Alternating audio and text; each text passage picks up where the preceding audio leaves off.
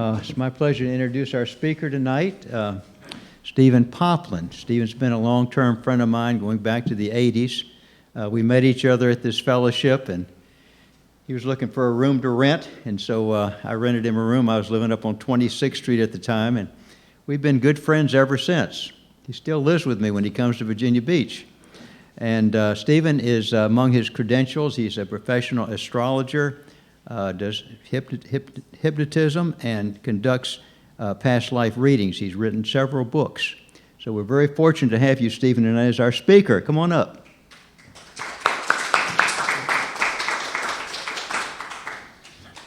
Thanks, Bruce. Okay, so I wanted to say that, thinking back on when we all did come over here for the first time, right here in this very building, we were about your age, and we had a lot more energy, and we had quite a few parties, did a lot of dancing, and we did, you've noticed that we have some musical talent here, and so we would periodically have really great presentations, songs, things like that. We did skits. Oh my goodness, had all kinds of mischief. Had a good time, and of course that solidified us as some good friends for all this time. I'm going to be talking about divination and intuition, and Krista had the honor here of bringing the inspirational reading from Paul Solomon connected with astrology. And then that kind of sets the tone because we look at the planets. We just recently had, of course, a full moon, and just kind of like an insider piece of information about that. I find that full moons typically, and especially if it aligns with your particular chart, which is why it doesn't work for everybody all the time, but it will disrupt your routines. So during that 2 or 3 day period of a full moon, let's say if you're really neat, organized, and so forth, you're going to be a slob. You're going to be messy. If you're really punctual, you might be late. If you are typically in a great mood, maybe you'd be a bit grouchy.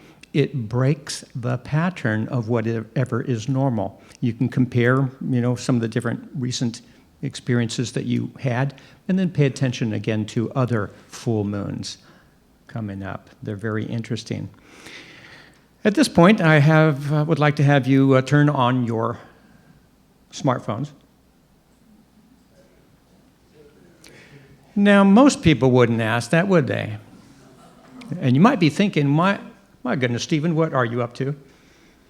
Well, I pay attention to, of course, the alignments of things and signs and information coming from the cosmic scheme of things. And periodically, there might be a ring, a buzz, at just the right moment for emphasis. It might not happen, but there's a better chance of it if your phones are on. We're going to have a fun little experience here pretty soon called a free-form tarot reading. Now, some of you have already perhaps had tarot readings before. I believe that you introduced it to this group, and I've been working with the cards for many, many years. We don't have a deck on me right now, but we're going to make it come alive. But that'll come later. A little anticipation. We have within our language some things that we just use as language, and we may not know the origins of certain words or ideas that might give us a little bit more of a clue about what's going on. That is something to consider. Consider. Con, with, sider, the stars. An idea, a contemplation, a thought with alignment with the stars. Whenever we use the word consider, it's built into our language. Typically, you can't see it, but if you look closer, it's right there. Like an auspicious occasion.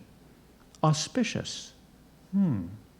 That goes back to the ancient Rome period, in which they would watch the flight of birds, and they would read that, and that is what an auspice is. It is a bird seer.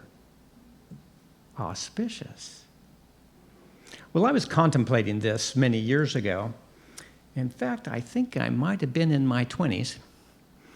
And I was having a new romance, and I was wondering, where might this go? And we were right here at the beach, walking along the beach, a couple of birds flying by. I already knew about auspiciousness at that point.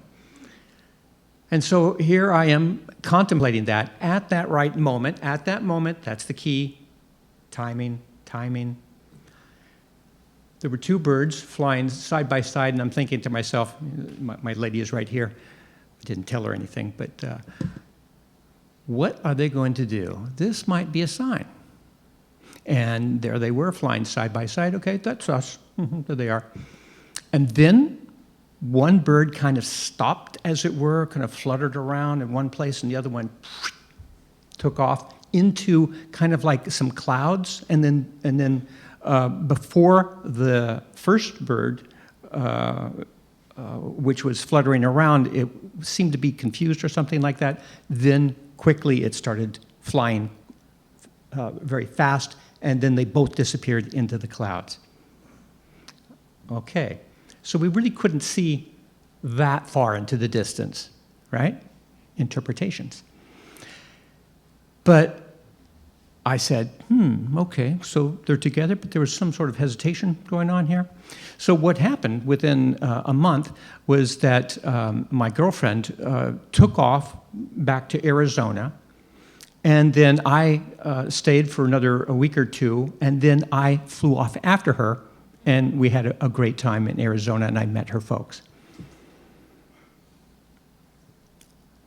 Yes, divination. From the divine. Connecting to the divine. And one interesting thing about that is that sometimes these animals, be they birds, dogs, cats, whales. Remember when Bernie Sanders was giving his talk and that little bird flew in onto the podium? It was a sign. Did we listen? We won't go there.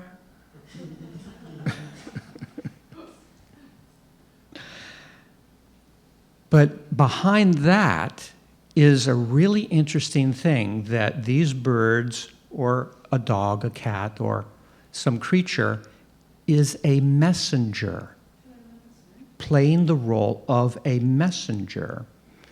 And we can... Did you get a buzz? The word is messenger.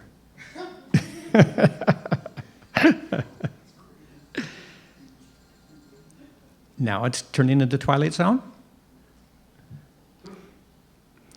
But actually, the miracle of that, and really kind of a privilege of that, is periodically these animals, birds and so forth, can be infused with the spirit, and they are tasked with communicating with us, with giving us messages. And isn't that a miracle?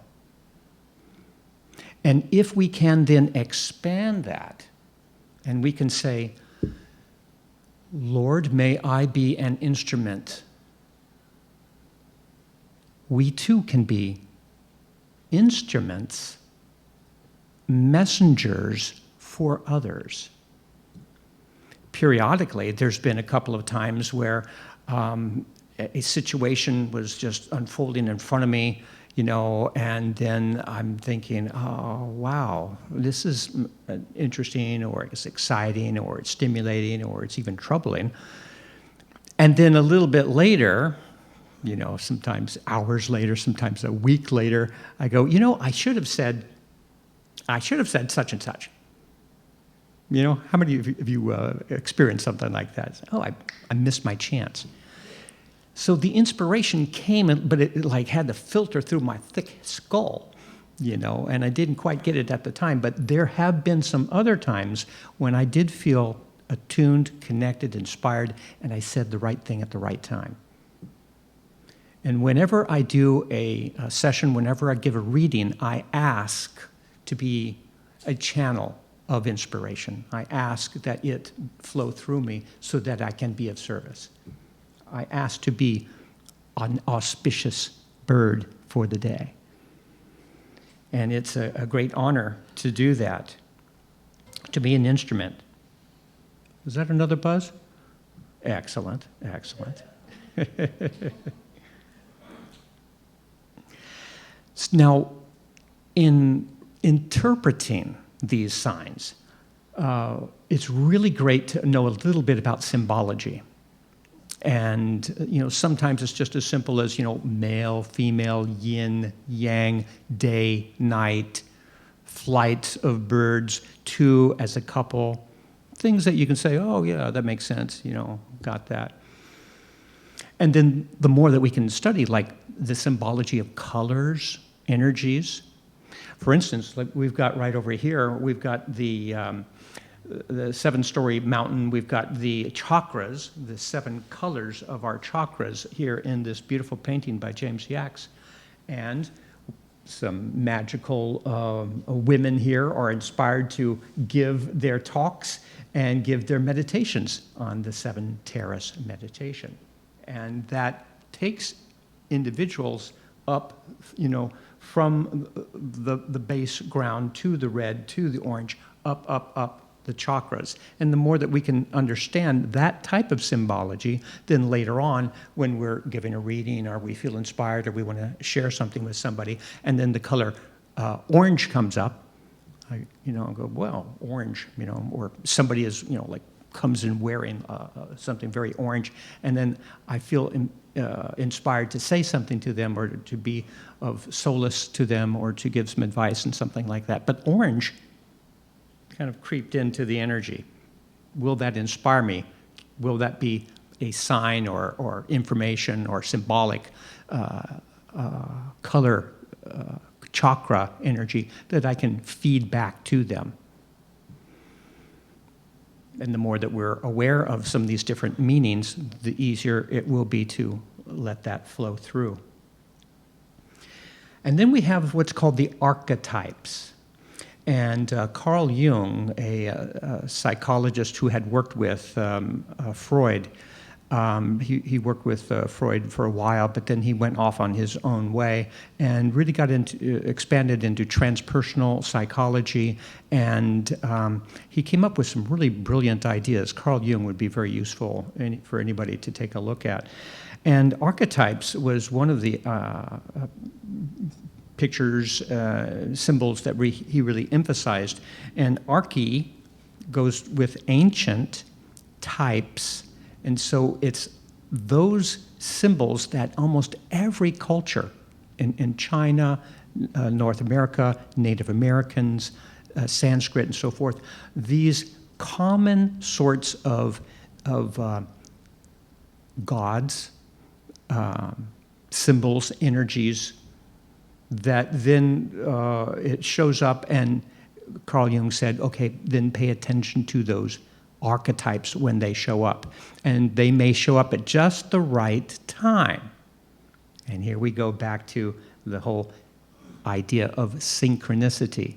Who has not heard the word synchronicity? Okay, good. Excellent. Of course, it's, coincidence. That's not a coincidence. And it starts with syn, as in synthesis. And so with chronos is time. With time, it's not a coincidence. It happens to be occurring at the right time. And he who has eyes may see. He who has ears, listen. Because we're being talked to. We're getting messages from the divine. Divination. Isn't that fabulous? Recognizing that when we, as individuals, when we can be inspired, we too can be a messenger of the divine. Isn't that an honor? Not only is it worthwhile to get to know about, the gods and goddesses as archetypes, and we're talking about, let's say, going back to many different cultures, and we can talk about the fertility goddess, for instance. Okay, the crops and the fields and then the bounty and the cornucopia and all of those things associated with that particular feminine goddess of productivity. And then we have the warrior god, whether that be Thor or Ares, many other, Quetzalcoatl in Central America.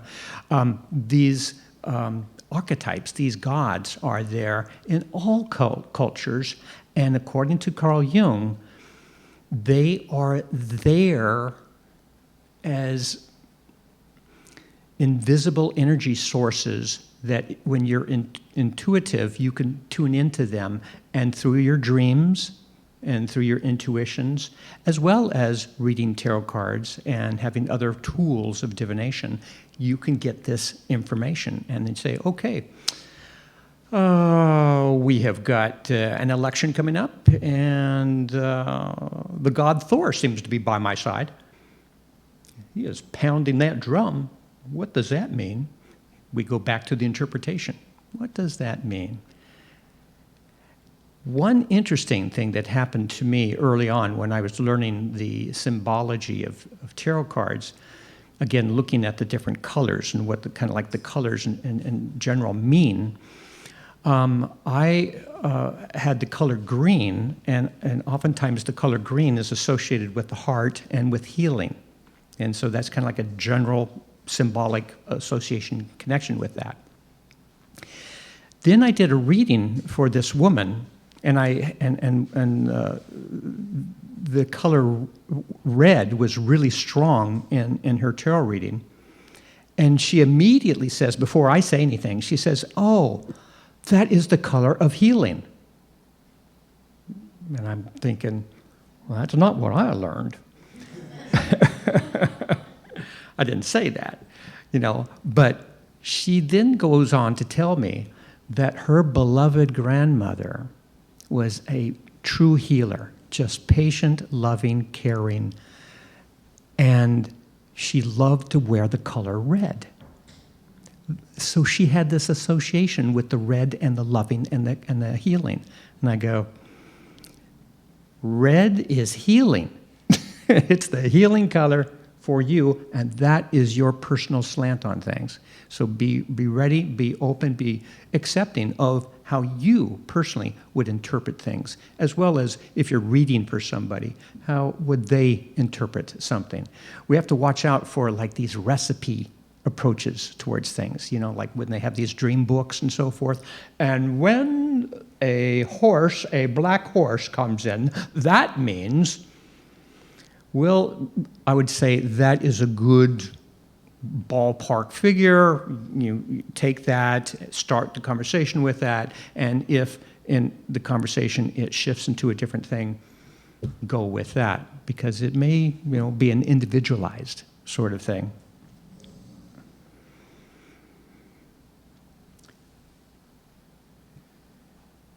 So to connect with being a reader, to allowing yourself to be a divine person that can, let's say, give an inspiring talk, an encouraging word, a healing touch, advice, at just the right moment. You have to attune yourself. And part of the hypnosis meditation that I had shared with you before is just an example of attuning inside. The attunement, the focus here, is you aligning with your own spark. And that could be by following some meditations and attuning with your own Seven Terrace meditation, and then like boom, boom, boom, boom, boom, And it doesn't have to happen, over a 30-minute period that, before I give you any advice, give me 30 minutes here, I'll get right back with you. because you might say, okay, I need this to be sparked up. Lightning from the lightning god. Let's have some information and inspiration here right now.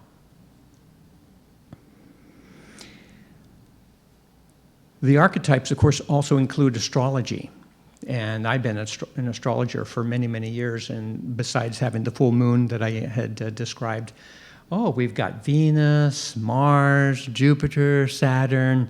They're all archetypes vibrating at a particular level. Think of them as universities or teaching centers. And when they come into a prominent place in your life at a month's time or a year's time, you can say, wow, here is a vibration of, let's say, Jupiter. And for some reason, I'm going to get my passport stamped. I'm going to, take off on some interesting trip. And it could be, and it's appropriate with the inspiration of Jupiter, which loves foreign travel and adventures and so forth. And so the more that you get in tune with your own astrology chart and reading that, then you won't be surprised at certain things going on in your life. But you don't have to follow everything either. Like, I got this nudge, that I'm gonna go out traveling. And again, this happened here in the late 80s. I had a strong desire to go to Israel. And I, from out of the blue, it's like, go to Israel, And I say, just a second, let me do my calculations. Get out my astrology chart, it says, there is a progressed moon aligned with Mars during this period of time that I'm thinking about it. Well, Mars, I said, I could go to a combat zone. Now I ask myself, do I want to do that at this time? I decided not to. I'll wait for maybe a Neptune cycle and have a jolly good, wondrous, cosmic, mystical time over there, but not during a Martian time, And so I was using the chart. If I perhaps weren't an astrologer, I might have just gotten, I'm going to go to Israel. And who knows what would have happened, I don't know, but I would have met Mars in some form. I just have to say that I didn't do it, but it was my free will choice.